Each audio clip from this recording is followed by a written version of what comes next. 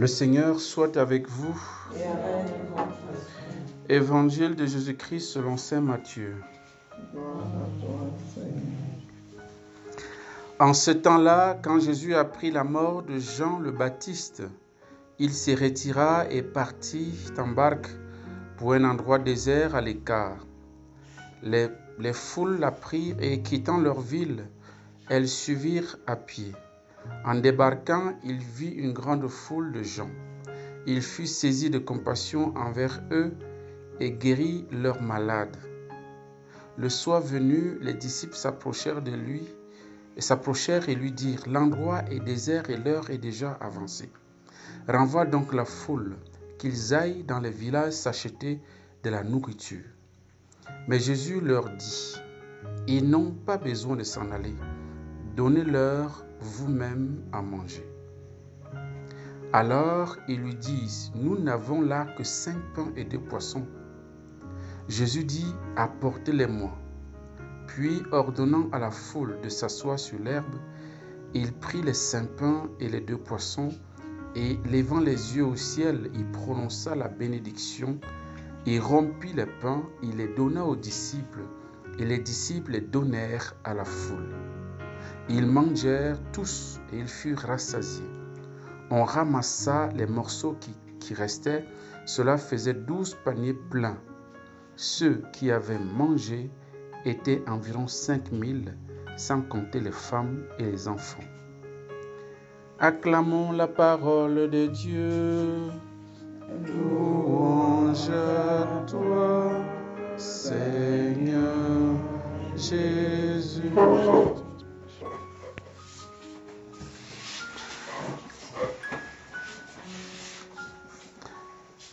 Dimanche passé, nous avons eu un évangile pareil sur la multiplication des pains, je ne sais pas si vous vous en souvenez, mais c'était selon Saint Jean.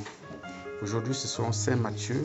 Donc, il y a des détails qui n'apparaissent pas. En fait, il y a des éléments qui n'apparaissent pas et d'autres éléments qui apparaissent évidemment, qui se concordent. Donc, comme nous l'avons entendu, Jésus, il s'est fait tard, le soir est venu et il voyait les disciples, voyant que Jésus ne disait rien, il ne faisait rien pour demander à la foule de partir, parce que normalement ça faisait certainement 2 jours. Ailleurs on dit que ça faisait 3 jours. Ça passe sur le même, mais ça faisait 3 jours qu'ils suivaient Jésus. Donc les disciples se disent: mais attends, lui il a un problème, comment il continue à l'air éternel alors qu'il se fait tard, la nuit tombe et tout. Et ils viennent le voir et puis il dit: Seigneur, l'endroit est désert. Et puis, il n'y a rien ici à manger, nous sommes dans un désert. Et l'heure avance.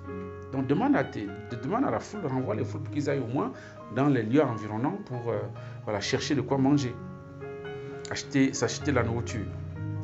Mais on dirait que Jésus attendait ça en fait, quoi. Jésus leur dit: ils n'ont pas besoin de s'en aller, donnez-leur vous-même à manger. Je pense qu'ils ont dû certainement regretter d'avoir demandé à Jésus de leur avoir. Parce que là, Jésus leur confie une tâche qui sort de l'ordinaire, qui est impossible à réaliser. Eux, ils croyaient bien faire. En venant dire à Jésus: écoute, vraiment, je pense que ce serait gentil, que tu serais bien que tu les laisses partir, voilà, pour que chacun trouve à manger à temps. Mais Jésus leur dit: non, c'est à vous, personne ne bouge, c'est à vous de vous en occuper. Et les gars disent: mais c'est pas possible. Et puis ils disent à Jésus: bon, d'accord, ok, mais nous n'avons là que 5 pains et 2 poissons. Donc, comme pour dire à Jésus, que ton histoire là, ça ne tient pas debout, pour décourager Jésus. Mais Jésus, tout de suite, comprend bien que lorsqu'ils disent qu'on a que 5 pains et 2 poissons, cela, en même temps, ils donnent ce qu'ils ont, mais en même temps, ils sont pessimistes. Ils se disent: mais ça ne vaut rien. Même pour nous, les 12 gaillards, plus Jésus, ça fait 13. Avec 5 pains et 2 poissons, c'est petit déjà. Comment on va gérer ça? Maintenant, il y a 5000 hommes, sans compter les femmes et les enfants. En temps normal, comme on le voit aujourd'hui dans les assemblées, les femmes sont beaucoup plus nombreuses que les hommes. Donc, si on dit 5000 hommes, ça veut dire qu'en termes de femmes, avec les enfants, il faut compter le double. Voilà, oui. Donc c'était un peu ça la situation. Mais ils présentent à Jésus ce qu'ils ont, mais en disant, ben, qu'est-ce que ça peut faire? Et Jésus dit, apportez-les-moi, donnez-les-moi. Et à partir de ce qu'il va, de ces 5 pains et 2 poissons, il va nourrir 5000 personnes. En fait, 5000 hommes sans compter les femmes et les enfants, comme on a dit. Qu'est-ce qu'il faut, frères et sœurs, retenir ici? C'est que le Seigneur, même pour faire un miracle, a besoin de notre apport. Si petit soit-il. Il y a un grand saint qui disait que Dieu nous a sauvés, Saint Augustin, Dieu nous a sauvés sans nous, mais il ne peut pas nous sauver sans nous. Donc c'est un peu ça. C'est-à-dire que apportez votre part, si petit soit-il, mais apportez ça.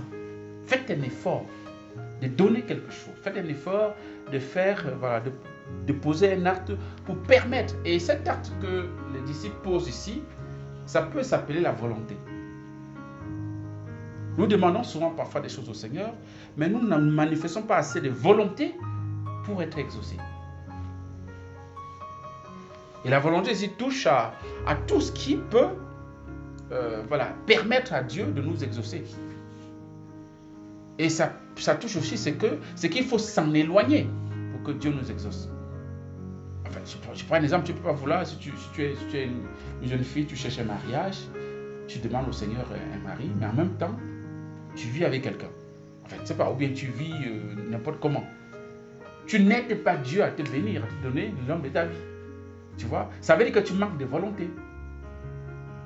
Il faut que tu me dises à Dieu, ben, je veux un homme, n'est-ce pas, je veux un mari, mais je m'engage, à déjà lui être fidèle maintenant, dès maintenant, en évitant d'aller de gauche à droite, parce que je veux que tu m'exauces.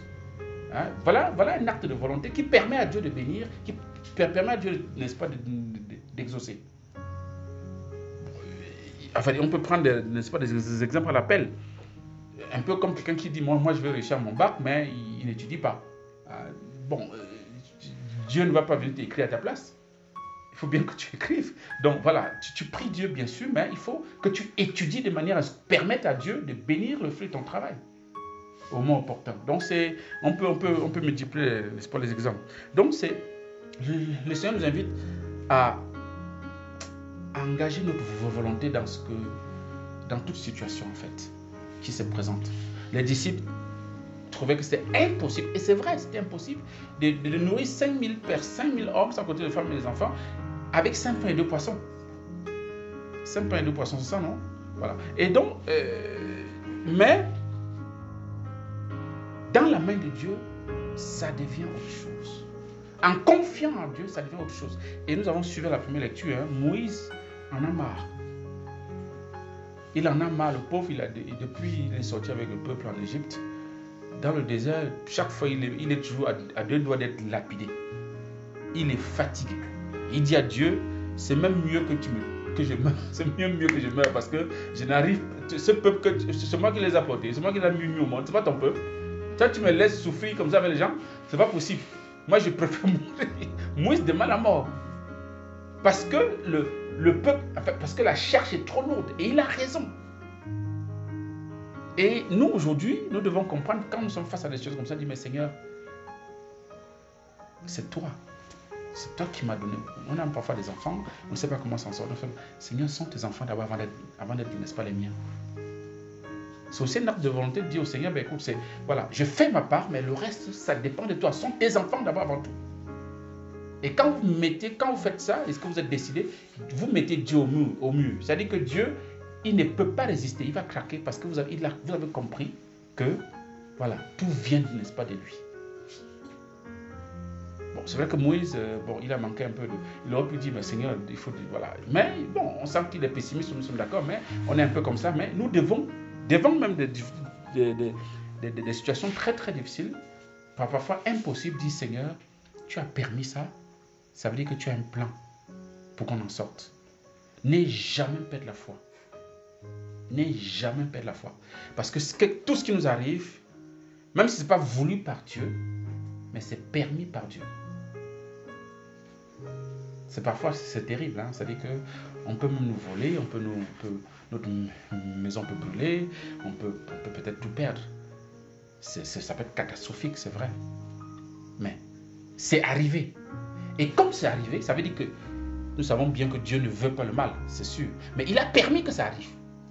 Et s'il a permis que ça arrive, il sait pourquoi. Il a un plan B pour cette situation-là. Ça ne peut être autrement. Et c'est aussi une épreuve de foi pour vous. C'est là où on doit voir la qualité de notre foi.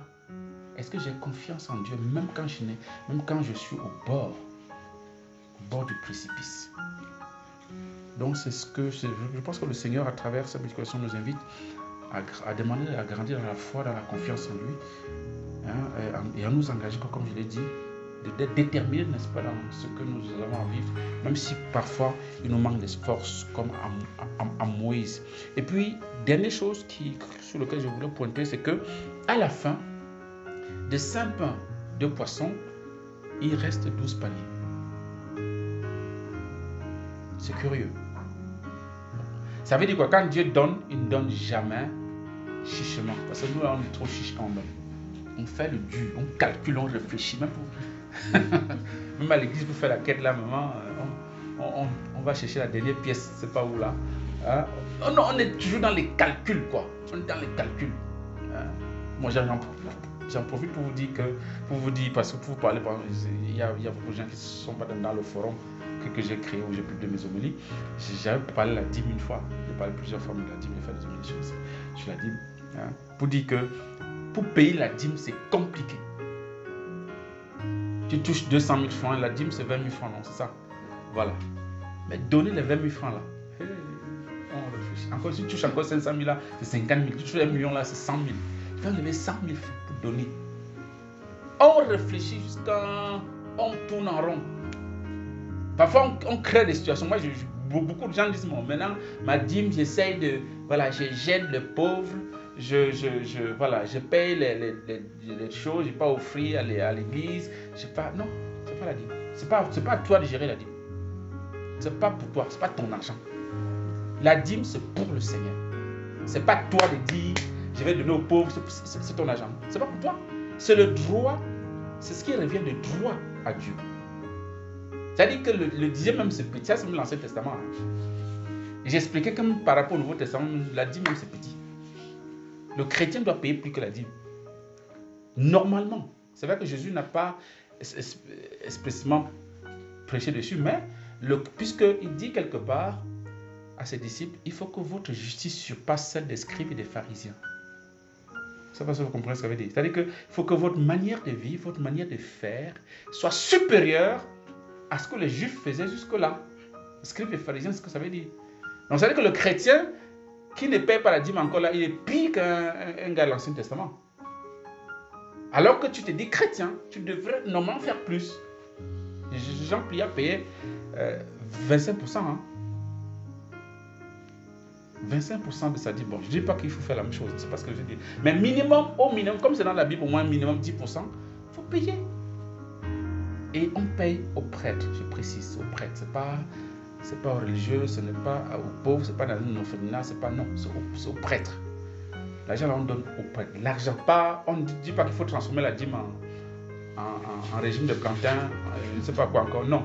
Tu payes la dîme, bon, sauf si la dîme que tu veux payer, par exemple, je prends l'exemple, si tu as 10, la dîme, ça veut dire le dixième. Tu as 10 régimes de plantain.